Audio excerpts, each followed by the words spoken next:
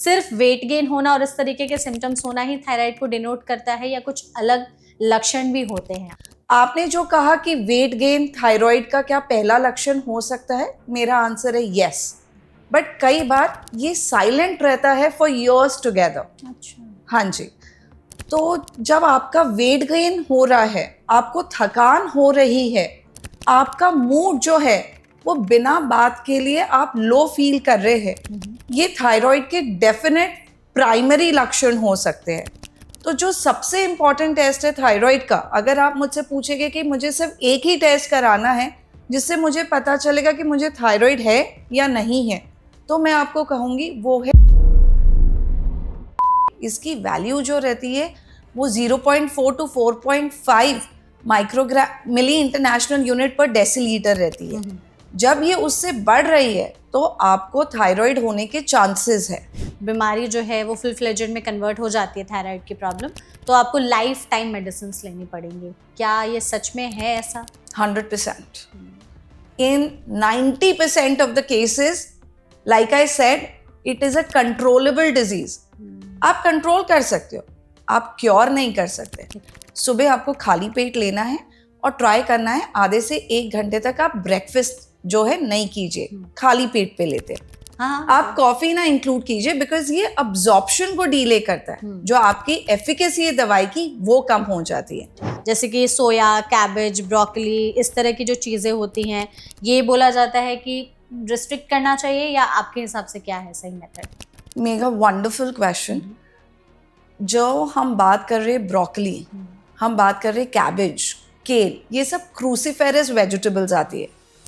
इनमें थायोसाइनेट होता है, एक केमिकल कंपाउंड। तो जब आप रॉ खा रहे हो इनको, लेकिन आप डेडिकेटेड ब्रोकली डाइट पे कि मैं रोज ब्रोकली ही खाऊंगी क्रैश डाइट करके, तब इट विल डेफिनेटली अफेक्ट। जैसे कि कई लोग हल्दी वाटर, जीरा वाटर या अश्वगंधा खाने लगते हैं थायराइड को कंट्रोल करने के लिए। जो जीरा वाटर आपने कहा, हल्दी वाटर कहा, ये एंटी इन्फ्लेमेटरी होता है। तो जब ये एंटी इन्फ्लेमेटरी हो रहा है, ये इन्फ्लेमेशन कम कर रहा है, साथ साथ में ये बेसल मेटाबॉलिक रेट बढ़ा रहा है, तो आपके वेट इश्यूज में हेल्प कर रहा है। बट क्या ये डायरेक्टली थायराइड के फंक्शन में कर रहा है effect? Answer is no, absolutely. Ashwagandha I will say, तो ये स्लीप बेटर करता है, एंजाइटी कम करता है, तो ये जितनी भी चीजें हैं ये इनडायरेक्टली हेल्प करती है, सपोर्ट। बट क्या साइंस इनको मानता है? Answer is no.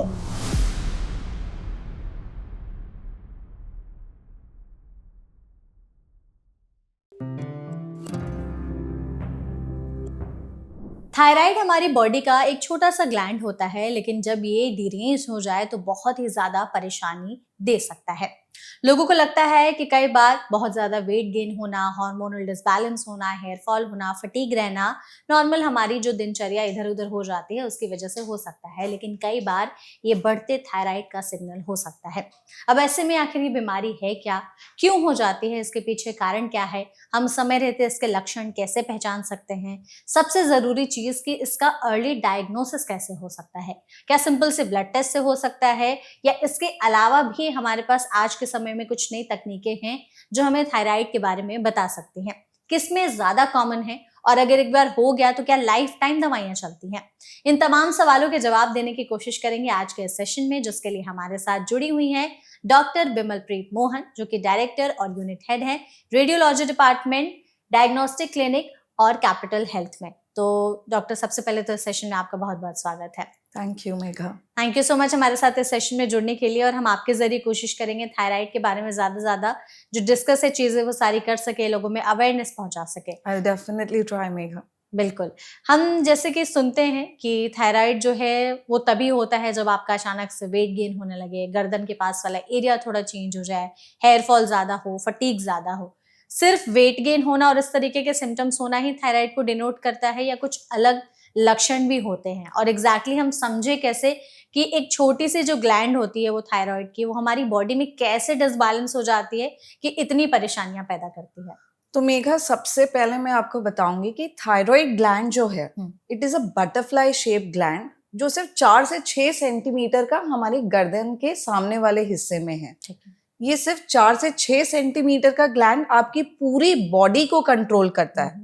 और जब मैं कह रही हूँ बॉडी को कंट्रोल करता है, तो ये उसके मेटाबॉलिज्म, एनर्जी, फर्टिलिटी, आपकी मूड, आपके न्यूरोकॉग्निटिव पर्पस, कार्डियोवैस्कुलर हेल्थ, सबको कंट्रोल करता है। आपने जो कहा कि वेट गेन थायराइड का क्या पहला लक्षण हो सकता है, मेरा आंसर है यस, बट कई बार ये साइलेंट रहता है फॉर इयर्स टुगेदर। अच्छा। हाँ जी। तो जब आपका वेट गेन हो रहा है, आपको थकान हो रही है, आपका मूड जो है वो बिना बात के लिए आप लो फील कर रहे हैं, ये थायराइड के डेफिनेट प्राइमरी लक्षण हो सकते हैं। बट ये जो लक्षण है ये स्ट्रेस के भी हो सकते हैं, ये दिनचर्या के भी हो सकते हैं। तो पेशेंट यूजुअली इनको आइडेंटिफाई नहीं कर पाते थायराइड से अनटिल एंड अनलेस जब वो डाइट कर रहे हैं, एक्सरसाइज कर रहे हैं या स्ट्रेस मैनेजमेंट कर रहे हैं और वेट कम नहीं हो रहा, तब वो डॉक्टर के पास जाते हैं और उन्हें थायराइड के कुछ इंपॉर्टेंट टेस्ट लिखे जाते हैं। राइट। तो जो सबसे इंपॉर्टेंट टेस्ट है थायराइड का, अगर आप मुझसे पूछेंगे कि मुझे सिर्फ एक ही टेस्ट कराना है जिससे मुझे पता चलेगा कि मुझे थायराइड है या नहीं है, तो मैं आपको कहूंगी वो है TSH, थायराइड स्टिमुलेटिंग हार्मोन। ये हमारे पिट्यूटरी ग्लैंड से निकलता है और आप समझिए कि ये थायराइड को कंट्रोल करता है। ठीक है। थायराइड जो है ये 2 हार्मोन्स बनाता है, एक है T3 और एक है T4। जो T3 है इसको ट्राई आयोडोथायरोनिन कहा जाता है और T4 को थायरोक्सिन कहा जाता है। T4 भी अल्टीमेटली सेल में जाके T3 बनता है। तो आप कह सकते हैं T3 जो है ये सबसे इंपॉर्टेंट हार्मोन है। और यही हमारी बॉडी में एनर्जी प्रोड्यूस करता है, हमारी बॉडी का जो बेसल मेटाबॉलिक रेट है उसको चलाता है, और आप सुन के हैरान होंगे कि ये हार्ट रेट को भी कंट्रोल करता है। Definitely interesting. यस। तो जब हम कहते हैं कि थायराइड हुआ है, पेशेंट बाहर से नॉर्मल लग सकता है लेकिन उसकी पूरी बॉडी में चेंजेस आ रहे हैं और पेशेंट अर्ली स्टेजेस में आइडेंटिफाई नहीं कर पाता कि जो उसके साथ हो रहा है ये आखिर क्यों हो रहा है। राइट। आपने बताया कि जो थायराइड है उसका कितना इम्पोर्टेंट फंक्शन होता है हमारी बॉडी में, लोग अक्सर समझ नहीं पाते हैं या जब डिसबैलेंस हो रही होती हैं चीज़ें तो इस चीज़ का अंदाज़ा नहीं लगा पाते लोग। 2 तरह के थायराइड होते हैं, एक हाइपर एक हाइपो। सबसे पहले प्लीज़ यही बताइए कि इन दोनों में क्या डिफरेंस है और क्या दोनों के लक्षण भी अलग अलग होते हैं? आपने बिल्कुल सही पूछा।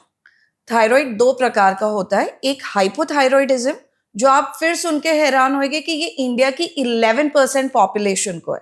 आप सोच सकते हैं 15 करोड़ लोग आज की डेट में, अभी जब हम पॉडकास्ट कर रहे हैं तो वो हाइपोथायरॉइड से जूझ रहे हैं। और इसके अलावा 8% को सब क्लिनिकल हाइपोथायरॉयडिज्म है। मतलब सब क्लिनिकल हाइपोथायरॉयडिज्म का मतलब है कि आपके T3 T4 नॉर्मल्स लेवल है लेकिन TSH कम है। ठीक है। तो इस टाइम पे जो सिम्टम्स है वो पूरे तरीके से उभर के नहीं आ रहे। और सब क्लिनिकल हाइपोथायरॉयडिज्म में जब TSH का लेवल डीरेंज्ड आया है, you have to repeat the test in 6 to 8 weeks. और ये आपकी एक विंडो भी होती है when you can go back to normalcy और you can go back to full blown hypothyroidism. So ये आपका होता है golden window. Utilize this time. अब आपने कहा मुझे हाइपरथायरॉयडिज्म। हाइपरथायरॉयडिज्म जो है ये 1% लोगों में है। सो नेचुरली ये हाइपोथायरॉयडिज्म से कम कॉमन है। अच्छा। ठीक है। अब जो चीजें हाइपोथायरॉयडिज्म, हाइपो का मतलब है स्लो, यानी आपकी पूरी बॉडी और बॉडी के फंक्शंस स्लो हो गए। जब स्लो हो गए, आपका मेटाबॉलिक रेट कम हो गया तो क्या होगा? वेट गेन होगा। आपके बॉवल मूवमेंट्स कम हो गए तो क्या होगा? कॉन्स्टिपेशन कम होगा। आपका हार्ट रेट कम हो गया तो ब्रेडिकार्डिया हो गया। उसके अलावा थकान महसूस करना, जिस प्रकार एक कार की अगर आप फ्यूल नहीं भरवाओगे तो वो नहीं चलेगी, ये थायराइड हार्मोन आप समझ लो ये एनर्जी है हमारी बॉडी का। अब एनर्जी कम हो गया तो थकान डेफिनेटली होगी। इसके अलावा जो सिम्टम्स है, आपको पीरियड्स में तकलीफ होना, मेनोरेजिया जिसे कहते हैं कि हेवी ब्लीडिंग होना, कॉन्स्टिपेशन जो मैंने बताया है, ड्राई स्किन होना, आवाज का चेंज होना, एक भारीपन होना, ये सब हाइपोथायरॉयडिज्म के लक्षण है। वहीं हाइपरथायरॉयडिज्म, हाइपर का मतलब है फास्ट, आपकी बॉडी पूरी की पूरी ओवरड्राइव में चली गई है तो मेटाबॉलिक रेट बढ़ गया, आपका वेट लॉस हो गया। ठीक है। अब आपका हार्ट रेट बढ़ेगा तो आपको पैल्पिटेशन, टैकीकार्डिया, एंजाइटी ये सब हो सकते हैं। हाथों में ट्रेमर्स आना हो सकता है। एक बहुत इंटरेस्टिंग चीज है, थायराइड हार्मोन जो है ये बॉडी के टेम्परेचर को कंट्रोल करता है। तो जो हाइपोथायराइड है इनसे ठंड नहीं सहन होती और हाइपर से गर्मी नहीं सहन होती। तो ये है इनके फीचर्स। ठीक है। अभी जैसे एक चीज और लोगों में ज्यादातर कॉमन रहती है कि उनको लगता है थायराइड सिर्फ फीमेल्स में ही हो सकता है, ज्यादातर मेल्स में नहीं हो सकता है। कितनी सच्चाई है इस बात में? सच है, फीमेल्स में 3 टाइम्स मोर कॉमन रहता है मेल के कंपैरिजन में। यस, मेल के कंपैरिजन में फीमेल्स में 3 टाइम्स मोर कॉमन रहता है। क्यों ऐसा?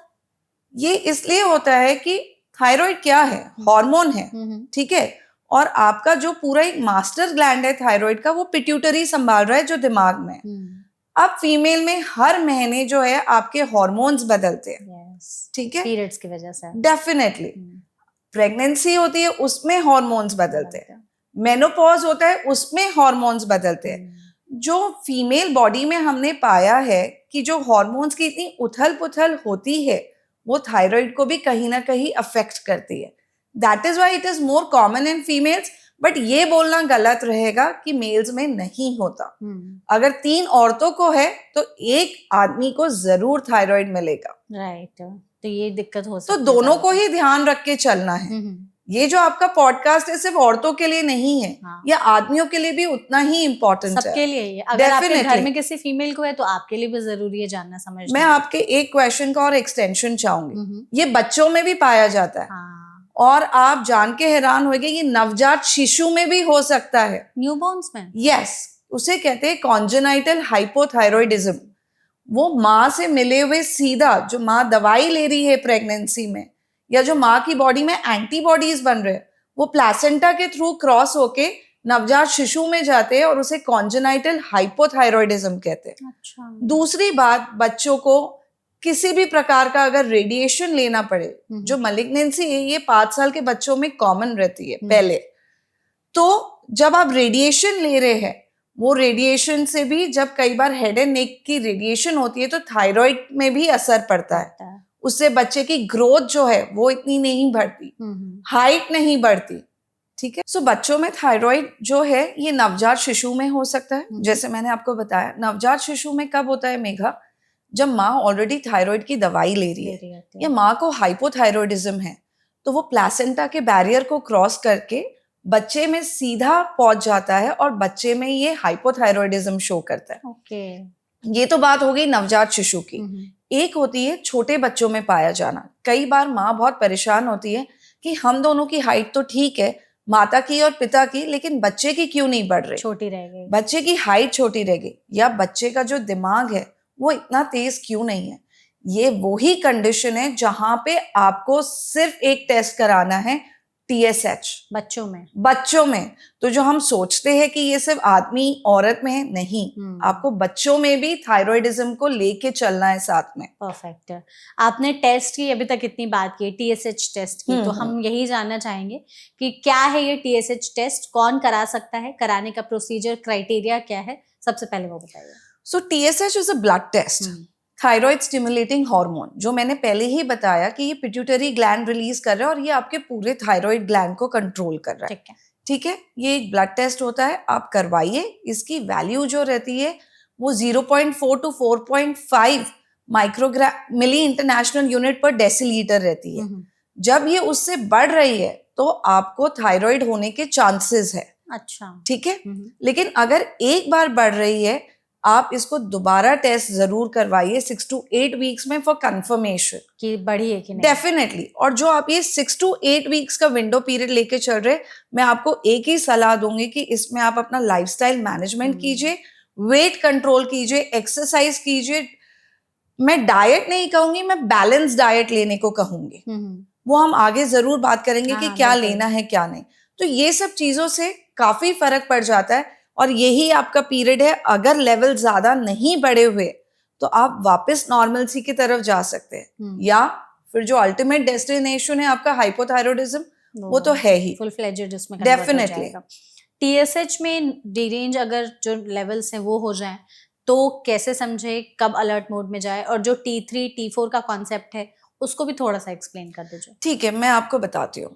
अब आपका जो TSH है, TSH आपका पिट्यूटरी रिलीज कर रहा है, ठीक है।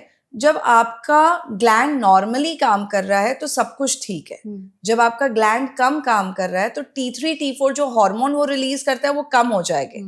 अब ये आपका ब्रेन सेंस कर लेता है कि बॉडी में T3 T4 कम है, तो वो TSH की मात्रा बढ़ा देता है और ये पूरा विशियस सर्कल हो जाता है। TSH कम होना, TSH बढ़ जाना और T3 T4 कम होना, ये होता है हाइपोथायरॉयडिज्म। ठीक है। और इसी का उल्टा होता है हाइपरथायरॉयडिज्म। ठीक है। तो ये बहुत इंपॉर्टेंट है। आपको टेस्ट जब भी आप करवा रहे, TSH is the key marker, but T3 T4 भी जरूर करवाइए। सिम्टम्स देखे टेस्ट TSH का तभी कराए, या फिर अगर आजकल जैसे एनुअल प्रिवेंटिव हेल्थ चेकअप्स वगैरह आते हैं तो उसमें भी हम करा सकते हैं? तो मेगा यूजुअली जो एनुअल प्रिवेंटिव हेल्थ चेकअप्स है उनमें थायराइड प्रोफाइल जो है वो इंक्लूडेड रहता है। हाँ। क्योंकि आज मैंने जैसे आपको बताया 15 करोड़ जनता को ऑलरेडी हाइपोथायरॉयडिज्म है और 8% को सब क्लिनिकल है। तो early catching of diagnosis is the key point here. क्योंकि जैसे जैसे आपका थायराइड का बीमारी पुराना होने लगता है उतने उतने आपके लक्षण भी पुराने हो जाते हैं और वो फिर दवाई से ट्रीट करना, क्या वो पूरा बैक टू नॉर्मल सी जाएगा? नहीं। थायराइड में सबसे इंपॉर्टेंट है, we do not treat reports, we do not treat numbers, we treat the symptoms of patients. अब आप जान के हैरान होंगे, एक इंटरनेशनल जर्नल ने ये बताया है कि अगर आप थायराइड की दवा शुरू भी कर दे तो 89% ऑफ लोगों को थकावट तो भी मेंटेन रहती है। सो 89% लोगों को थकावट तो भी रहती है। ये बहुत बड़ा नंबर है। अब यहाँ पे आपका TSH नॉर्मल है, T3 T4 नॉर्मल है, तो भी पेशेंट कह रहा है कि मुझे तो थकान होती है। ठीक है। और जब थकान हो रही है, अब आप ये विशियस सर्कल समझेगा, वो एक्सरसाइज नहीं कर पा रहा है क्योंकि वो थका हुआ है, एक्सरसाइज नहीं कर पा रहा है, उसका वेट गेन हो गया, थायराइड और खराब हो गया। So it is a vicious circle like that. बहुत जरूरी है कि थायराइड पेशेंट जो है वो एक बात समझे, ये क्रॉनिक डिजीज है, यानी लंबे समय तक चलने वाली, बट ये मैनेजेबल डिजीज है। ठीक है। ये कंट्रोल की जा सकती है, क्योर बहुत कम है, बहुत कम केसेस में। जब मैं कह रही हूँ कंट्रोल की जा सकती है, यानी आप सिम्टम्स कंट्रोल कर सकते हो, आप हॉर्मोन्स के लेवल कंट्रोल कर सकते हो। लेकिन आप बोलोगे कि मैं थायराइड की दवा नहीं लूं, नो, ऐसा नहीं हो सकता except for few cases which we'll talk about certainly. बिल्कुल, ये बहुत लोगों में है धारणा कि अगर एक बार थायराइड के बीमारी जो है वो फुल फ्लेजेड में कन्वर्ट हो जाती है, थायराइड की प्रॉब्लम, तो आपको लाइफ टाइम मेडिसिन लेनी पड़ेंगी। क्या ये सच में है ऐसा? 100%. In 90% of the cases, like I said, it is a controllable disease. आप कंट्रोल कर सकते हो, आप क्योर नहीं कर सकते। अब मैं आपको कुछ एक्सेप्शंस बता रही हूँ। आपने देखा होगा कि कई प्रेग्नेंट औरतों में थायराइड की प्रॉब्लम प्रेगनेंसी में स्टार्ट होती है। हाँ। तो ये केसेस में यूजुअली प्रेगनेंसी के कुछ महीनों बाद थायराइड लेवल्स अपने आप नॉर्मल हो जाते हैं, जैसे जेस्टेशनल डायबिटीज होती है। एब्सोल्युटली। बट जब तक आपको है प्रेगनेंसी में, आप ऐसा नहीं कर सकते कि आप दवाई ना ले। It is very important. Another thing is, कुछ वायरल कंडीशंस होती है, फ्लू हो गया, मम्स हो गया, इसके बाद थायराइडाइटिस होता है जिसको डीक्यूवरेलेंस थायराइडाइटिस कहते हैं। इसमें भी जो थायराइड है वो टेम्पररी रहता है। ठीक है।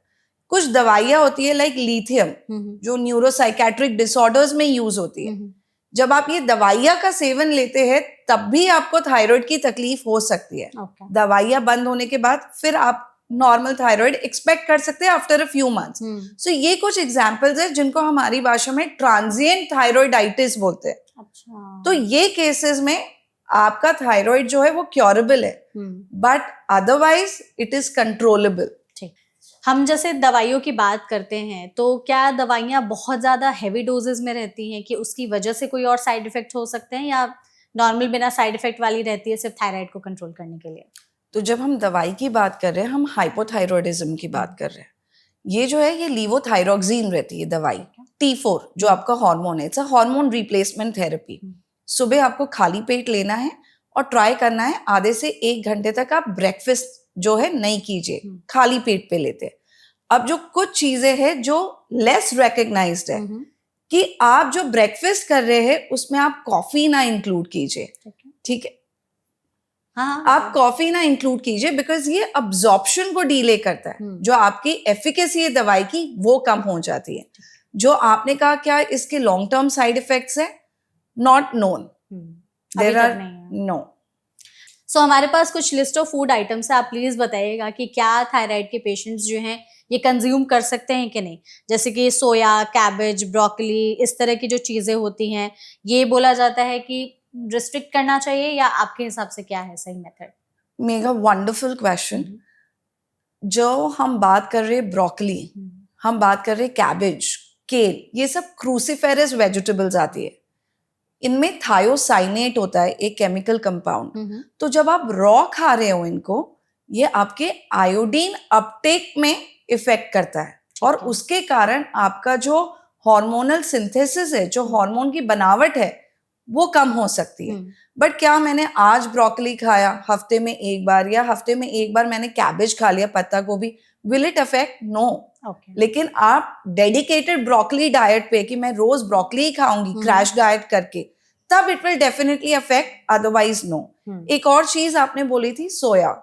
सोय अगेन इसमें आइसोफ्लेवोन्स होते हैं, तो ये भी जो है आपके हार्मोनल सिंथेसिस में अफेक्ट करता है। बट लाइक आई सेड, आप अगर हफ्ते में 14 बार 15 बार यानी लंच डिनर सिर्फ इन्हीं सब्जियों का कर रहे, तभी ये इफेक्ट करेगा।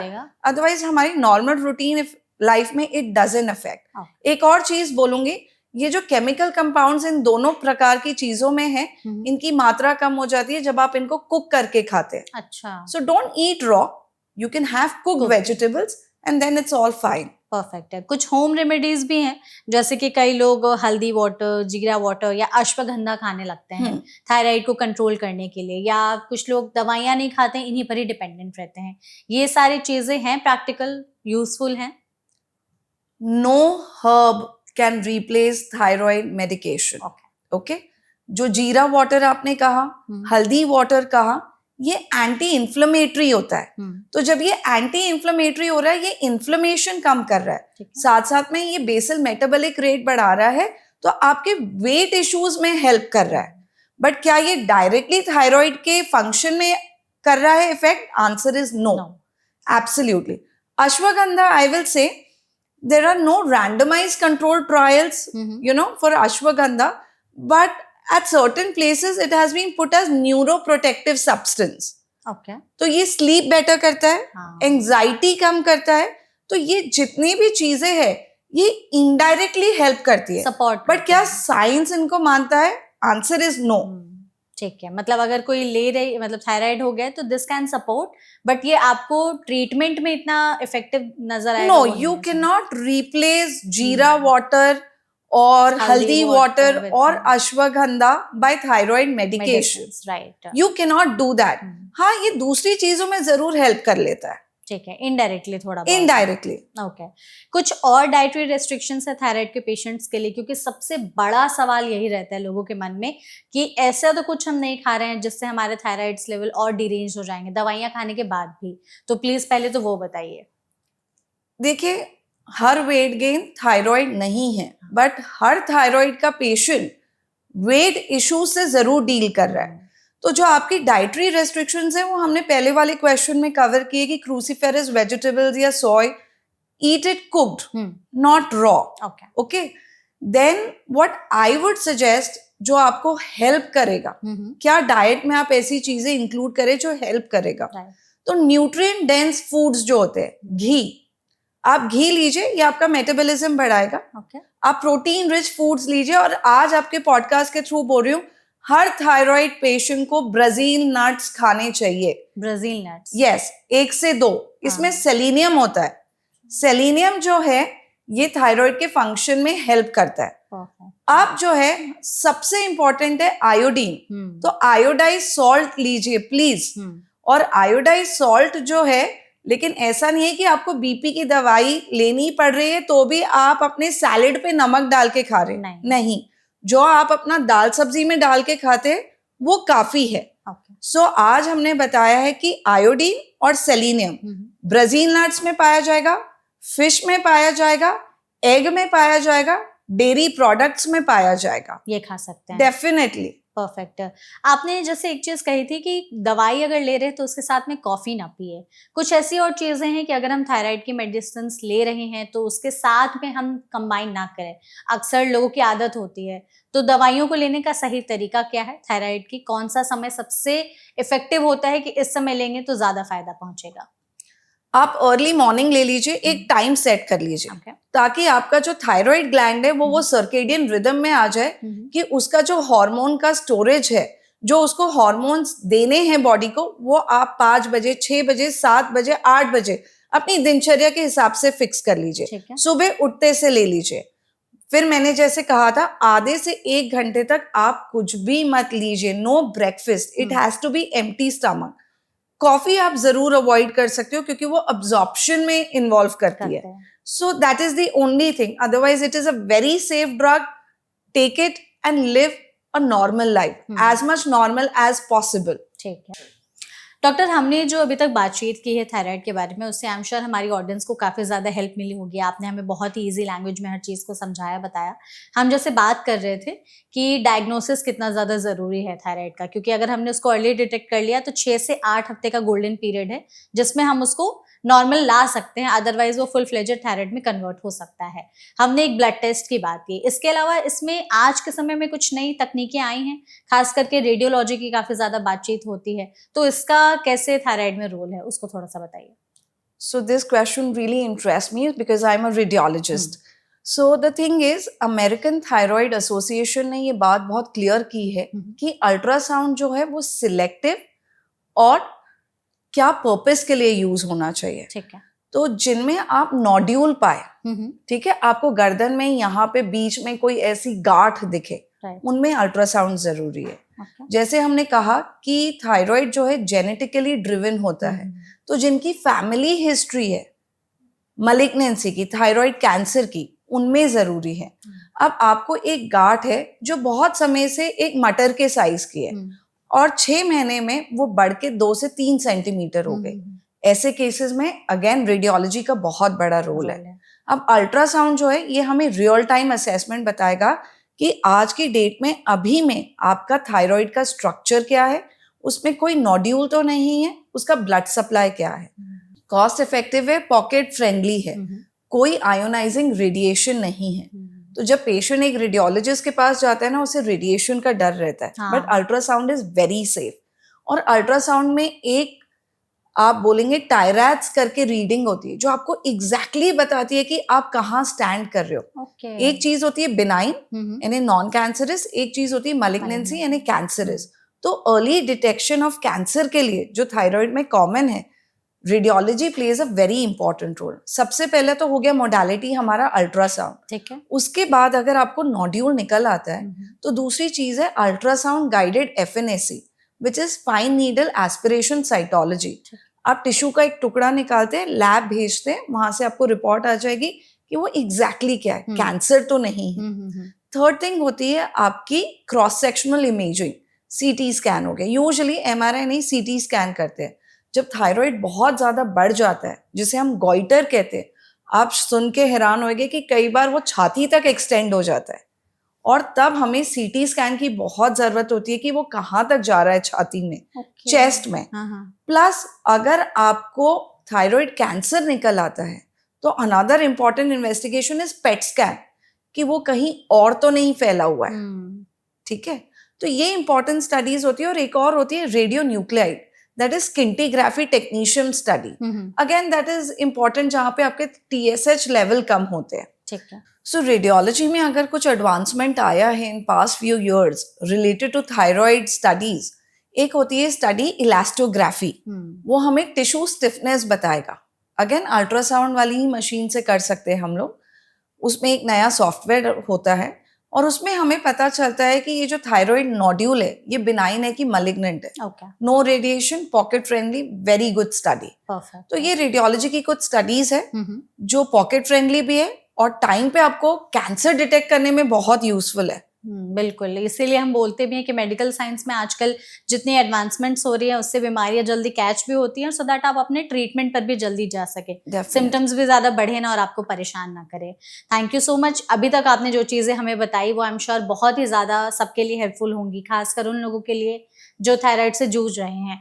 हम चाहते हैं डॉक्टर जाते जाते कुछ आप ऐसे गोल्डन रूल्स या टिप्स जरूर बताएं कि अगर थायराइड को कंट्रोल में रखना है तो हम अभी से ही अपनी लाइफस्टाइल में क्या इंप्लीमेंट कर सकते हैं, अगर हम एक नॉर्मल सिटीजन की बात करें उनके लिए भी, और जो लोग थायराइड से जूझ रहे हैं उनके लिए भी। तो जो लोग थायराइड से जूझ रहे हैं, आप प्लीज दवा ना छोड़िए, सुबह उठते से अपनी दवाई लीजिए। That is golden rule number 1। Second thing is अपना वेट मैनेजमेंट जरूर कीजिए, एक्सरसाइज इंक्लूड कीजिए। एक्सरसाइज आप 3 बार कर सकते हैं हफ्ते में, और वॉकिंग तो डेफिनेटली कीजिए। उसके अलावा स्ट्रेस मैनेजमेंट आप योगा के थ्रू, मेडिटेशन के थ्रू कर सकते हैं, क्योंकि ये इनडायरेक्टली कॉर्टिसोल लेवल के थ्रू कहीं ना कहीं थायराइड को अफेक्ट करता है। चौथी चीज हो गई आपकी बैलेंस डाइट, जो हमने आपको फूड के बारे में बताया पॉडकास्ट में, that will really help you, and I think that's about it. ये है उन पेशेंट्स के लिए जो ऑलरेडी हाइपोथायरॉयडिज्म से या थायराइड की बीमारी से जूझ रहे हैं। अब जो लोग अवॉइड करना चाहते हैं, आई वुड से आप अपनी डाइट पहले से ही ठीक रखिए। माना गया है कि क्रैश डाइट करने वाले लोगों में थायराइड की जो प्रॉब्लम है वो ज्यादा होती है। तो do not go into crash diets, do not follow fancy diets. आप जो हमारे पुरखों ने बताया वो खाना खाइए, you will be much better. Exercise रोज कीजिए, स्ट्रेस मैनेजमेंट आना चाहिए, और सबसे इंपॉर्टेंट चीज है sleep. This is the prime most important thing. आप 8 घंटे की नींद लीजिए, लेकिन टाइमली लीजिए। 10 या 11 बजे सो जाइए और सुबह उठ जाइए। Correct, that will keep your circadian rhythm in check. So I think this is it. यही है आपके 4-5 सिंपल रूल्स, थायराइड हो चाहे कोई भी बीमारी हो, कंट्रोल करने के लिए और अवॉइड भी करने के लिए। Definitely. Perfect.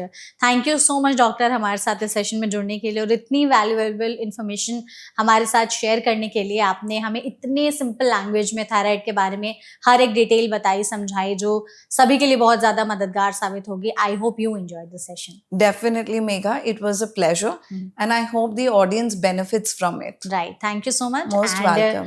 Audience, I hope आपको ये वीडियो अच्छी लगी होगी। अगर आपके मन में अभी भी थायराइड से रिलेटेड कोई और सवाल है तो कमेंट सेक्शन के जरिए आप हमसे पूछ सकते हैं। हम पूरी कोशिश करेंगे एक्सपर्ट के जरिए हैं उन सभी सवालों के जवाब देने के। ऐसे और भी सेशंस के लिए फॉलो करते रहिए NBT लाइव। Thank you.